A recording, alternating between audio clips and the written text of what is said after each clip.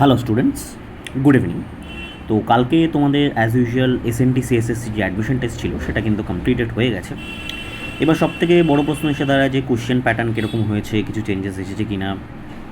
And সবথেকে বড় যে কোশ্চেনটা আমাদের সামনে উঠে আসে এখন, যে কাট অফ কত যেতে পারে। এবার দেখো, কাট অফ অথরিটির তরফ থেকে কিন্তু কোনোবারই পাবলিশ করা হয় না, সেটা নিয়ে আমি এর আগেও কিন্তু ভিডিওতে বলেছি। তো যাতে কাট অফ বা কোয়েশ্চেনের লেভেল সব কিছু একটা এস্টিমেট করা যেতে পারে, তার জন্য কিন্তু আমি প্রত্যেকবারই একটা সার্ভে করে থাকি। তো এবারও সেটা আমি করতে চলেছি।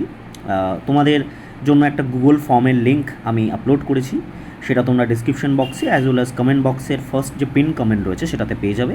কাইন্ডলি ওখানে গিয়ে যে কটা অপশানস রয়েছে সে কটা অপশান ভালো করে ফিল আউট করো, ফর্মটা ফিল আউট করো। তোমাদের রেসপন্সগুলো কিন্তু ইম্পর্টেন্ট, যাতে আমি মোরাললেস কোয়েশ্চেনের যে প্যাটার্ন রয়েছে, কোয়েশ্চেনের লেভেল রয়েছে, সব কিছু যাতে ডিটারমাইন করতে পারি, ঠিক আছে। এবং তোমাদের একটা মোরাললেস একটা বেসিক বা উইথ ফ্যাকচুয়াল আপডেট আমি দিতে পারি regarding the question pattern and cut off, ঠিক আছে। তো কাইন্ডলি ফর্মটা ফিল আউট করো, ফিল আউট করে আমি আজকে তোমাদের একদিন টাইম দিচ্ছি, ফর্মটা ফিল আউট করো।